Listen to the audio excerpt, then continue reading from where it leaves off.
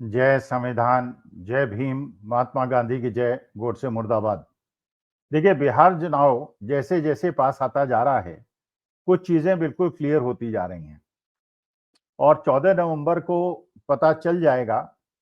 कि चुनाव आयोग ने एसआईआर के माध्यम से कितना खेल कर दिया।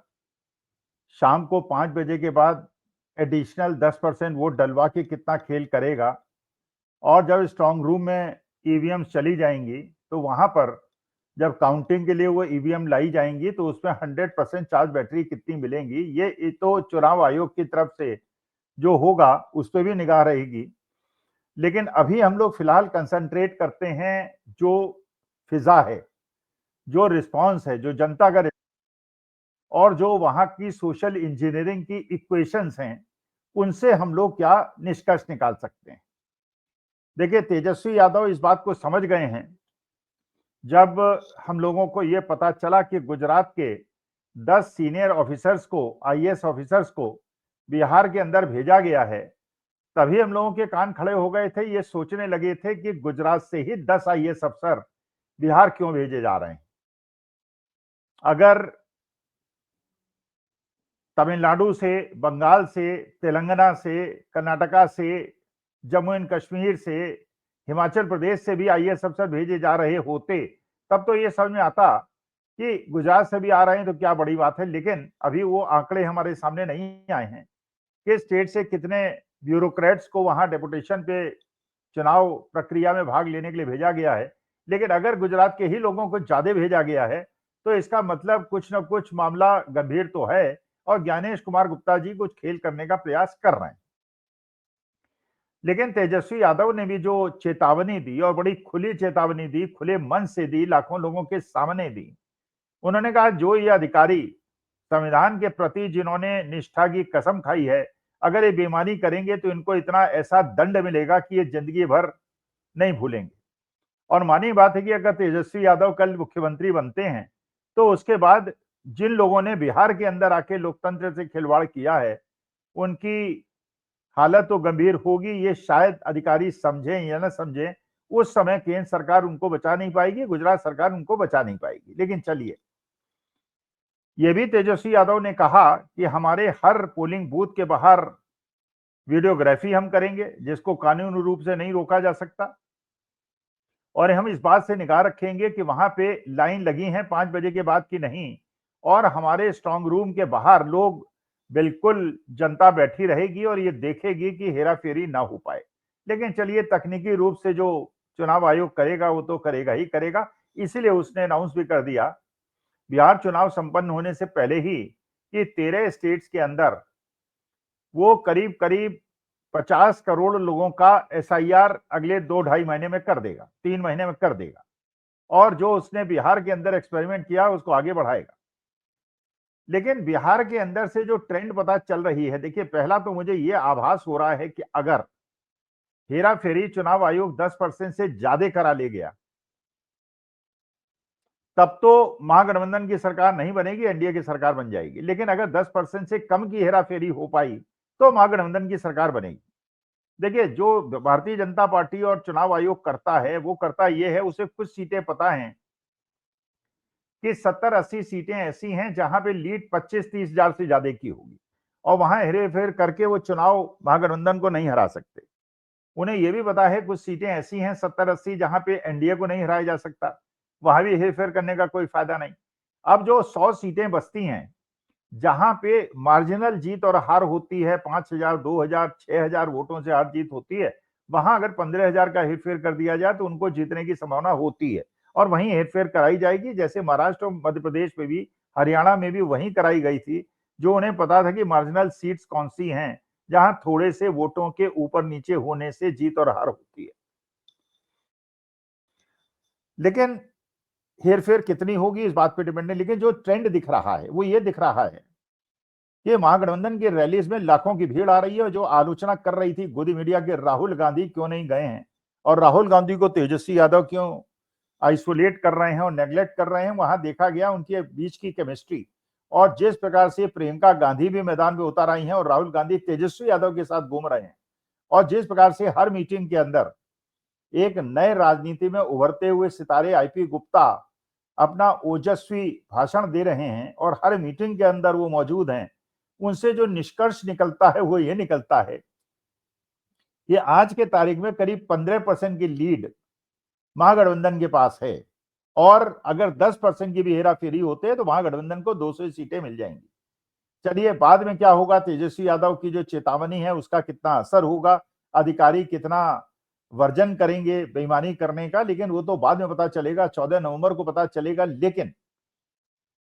महागठबंधन की जीत पे दो नेताओं का मैं समझता हूं आज के तारीख में जो सोशल इंजीनियरिंग बिहार के अंदर की गई है उसमें महागठबंधन को बहुत ज्यादा फायदा मिलेगा। एक व्यक्ति हैं मुकेश सहनी और दूसरे व्यक्ति हैं आईपी गुप्ता और दोनों अपने अपने समुदाय के बड़े लीडर्स हैं। मुकेश सहनी के पास 4-5% वोट है, आईपी गुप्ता के पास 4-5% वोट है और ये दोनों अति पिछड़ी जात से आते हैं और जो पिछली बार एनडीए के पूरी तरह साथ थे और इस बार ये महागठबंधन के साथ हैं। तो जहां पिछली बार आधे % का भी डिफरेंस नहीं था, 8% का डिफरेंस इधर से उधर होना बहुत बड़ा महत्व रखता है। तो मुकेश सहनी को और ज्यादा रेलेवेंट बना दिया है एनडीए के रणनीतिकारों ने जब उन्होंने ये एक मुहिम छेड़ा कि 2.5% वाले को तो डिप्टी चीफ मिनिस्टर बना दिया और 17% वाले मुसलमानों को डिप्टी चीफ मिनिस्टर नहीं बनाया। तो इससे जो सहनी समाज है और अति पिछड़ा समाज है वो चिढ़ गया। उसने कहा कि चलिए महागठबंधन ने तो एक अति पिछड़ी जात के आदमी को डिप्टी चीफ मिनिस्टर बना के प्रतिनिधित्व देने की बात की, एनडीए ने तो आज तक न चीफ मिनिस्टर अनाउंस किया ना डिप्टी चीफ मिनिस्टर अनाउंस किया। तो ये चिढ़ की वजह से जो पहले अति पिछड़ी जात और विशेष तौर पर केवट मल्लाह और सैनी के अंदर जो कंसोलिडेशन था वो बढ़ गया क्योंकि उनके ऊपर अटैक कर दिया एनडीए ने जाने अनजाने और उनको कंसोलिडेट कर दिया महागठबंधन के साथ। आईपी गुप्ता जिस पान समाज का नेतृत्व करते हैं, जो तांती तेतुआ समाज का प्रतिनिधित्व करते हैं, जिसमें विशेष तौर पर बुनकर लोग हैं, विशेष तौर पर वो लोग हैं जो राज मिस्त्री हैं और जिनके हाथ में वो औजार होता है जो पान के शेप में होता है और इनकी आबादी 4-5% की है और उनके एकमात्र एक छत्र नेता आईपी गुप्ता हैं। जबकि सैनी समाज के तो और भी नेता हैं, मुकेश सहनी सबसे बड़े नेता जरूर हैं, लेकिन पान समाज के तांती तेतुआ समाज के सबसे बड़े नेता आईपी गुप्ता हैं और जिस प्रकार से उनको हर मीटिंग के अंदर रिस्पांस लाखों लोगों का मिल रहा है उससे प्रतीक होता है उभरते हुए एक सितारे हैं। और मेरे को ये बिल्कुल पक्का अंदाजा है कि चाहे उनको ज्यादा सीटें वो न लड़ रही हो उनकी पार्टी, लेकिन जब महागठबंधन की सरकार बनेगी तो आईपी गुप्ता को महत्वपूर्ण बल मिलेगा। तो मुझे ऐसा लगता है कि महागठबंधन को जीत में ये सोशल इंजीनियरिंग के दो जो लोग हैं इनका बहुत बड़ा योगदान होगा महागठबंधन को जिताने में। अच्छा, अब ये समझिए एनडीए को हराने में सबसे बड़ा योगदान किसका होगा, क्योंकि जो भी चाल चल रहा है एनडीए वो सारी उल्टी पड़ रही है।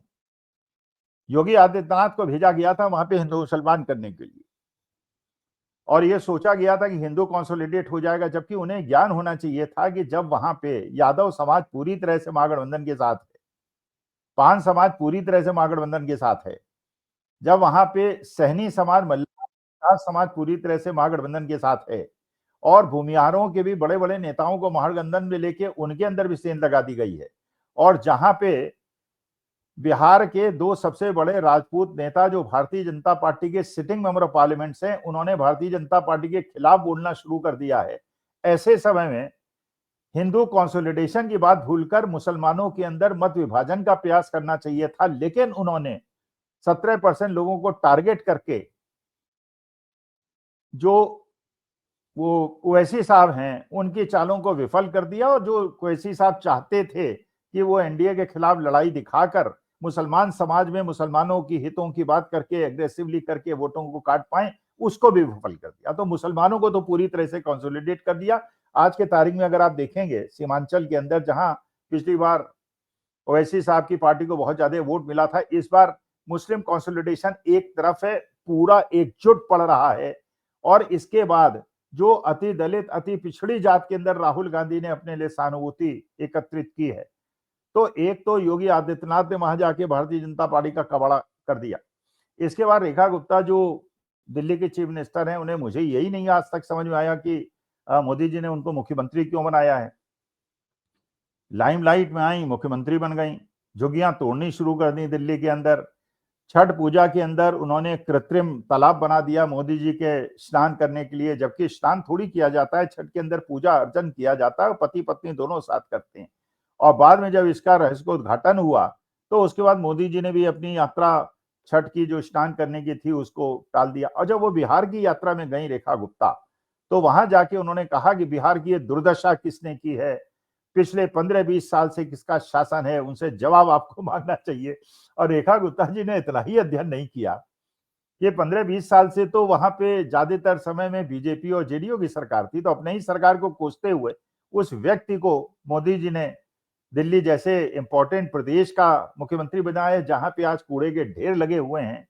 जहां पे पूरी तरह से अव्यवस्था फैल गई है, गंदगी का आलम बहुत ज्यादा है, जमुना की कोई क्लीनिंग नहीं हुई है, पूरा जो हवा है वो दूषित है और प्रदूषित है, और बिल्कुल गैस चैम्बर में हम लोग जी रहे हैं। उन रेखा गुप्ता जी ने जाके पिछले 15-20 साल का जिक्र छेड़कर वहां पर